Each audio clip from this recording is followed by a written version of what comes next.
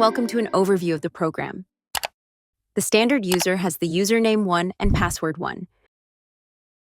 When entering the program, you will see different tabs at the top. We will go through them one by one, starting with the first one, Fast Buttons. Here you see all your articles that have the setting to be a fast button. Then we have the Article tab. Here you can search for an article and add it to the receipt or show extra info. Next tab is the Receipt tab. Here you can see active receipts. Going on to the next tab, the Discount tab. Here you can see any discount on the active receipt. On the tab named Parked Receipts, you can see all your parked receipts. To park a receipt, go to the main screen and press Park Receipt. And park as a new receipt and give it a name. The next tab, More Flo Apps. This is a shortcut to your hub or the admin part of the POS. Finally, the Customer tab. Here you can add or select a customer for history and other functions, such as billing and orders. Now on to the right side of the program. Here you have 3 most used payment method at the bottom part off the number pads. Under that, you can see all the articles on an active receipt. To add an article, just press the Fast button on the left. If you want to add multiple of the same article, you can press how many you want to add, and then select what article to add. As you see, it will then add 5 of the same article. You can also change this by selecting the article at the bottom right, and then press the number of articles you want to change it to, and press Quantity button for the change to have effect. To cancel the ongoing receipt, you press the Clear button. This will bring up a dialog window where you get the choice to go through with the deletion of the receipt or not. To make a return, press the Return button. It will lit up red to show you it is currently in return mode. Now, if you add an article, you will have a negative amount and you can make a return. To change price on an article, you simply select it, and then you can write in a new price and press the New Price button. Let's also look at using different payment methods during a sale. Start by adding the items to be sold. You can only use 1 card per transaction, and if a card is one of the payment methods, you must always finish the transaction with the card payment. To specify the amount to be paid with each method from an ongoing receipt, enter the amount using the numeric keypad and then select the corresponding payment method.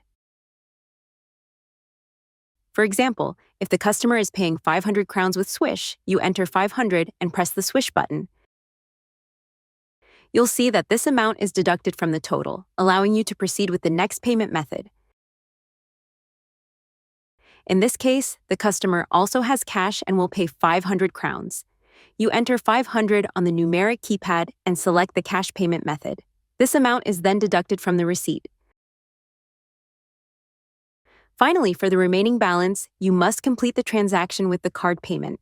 Simply press the card button, and the transaction will be completed with the customer paying the final 1,000 crowns by card. To review how this looks on the receipt, go to the End of Day button and select the most recent receipt. You'll see the different payment methods used for the transaction. Let's go on to the different tabs on the numbers pad. Means of payment. Here you have all your means of payment, from creating an order to sell or charge with a gift card, to charge from a gift card created in the POS. You select the button named Gift, Value Card, Down Payment, Credit Receipt. Write the number of the gift card. Click on Retrieve Information, and then add the value. This will deduct the gift card's value from the receipt, in this case, the full amount. The receipt will finalize here, where we've set it to confirm printing.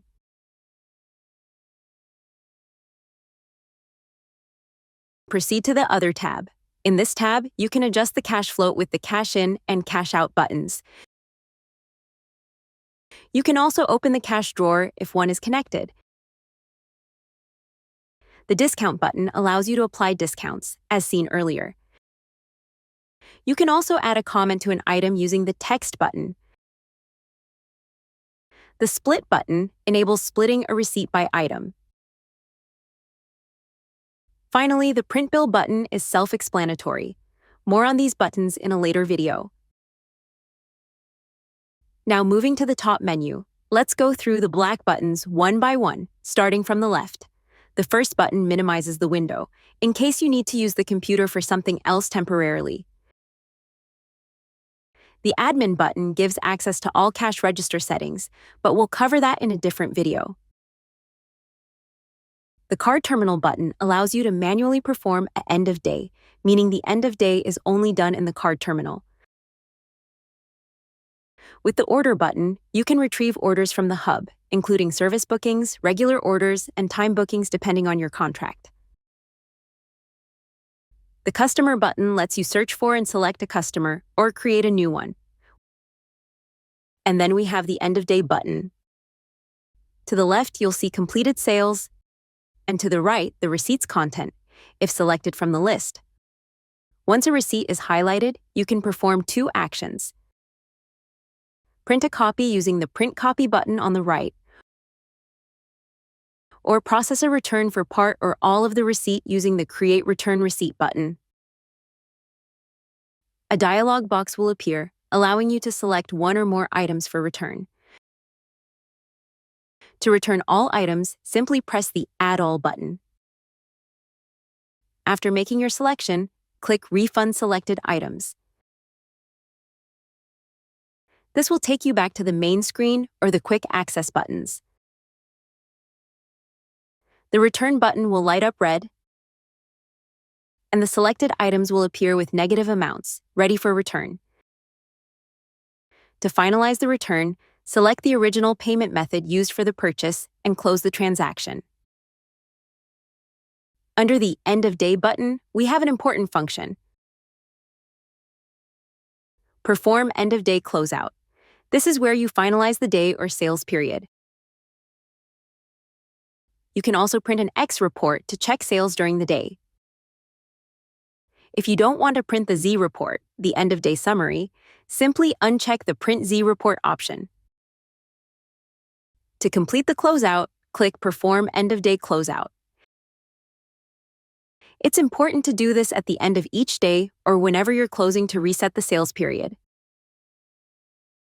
Lastly, we have the Log Out button, which returns you to the main cash register screen where we began. From this screen, there are a few more functions. In the bottom right, you'll find the Hide option to minimize the program, and the Exit button to fully close the cash register application. In the bottom left, there's the Support button. Use this when you need help from phone support. For help, call 086137020. Support is there to assist you. This concludes the video, and you should now have a basic understanding of how to use Northmill Casa on Windows.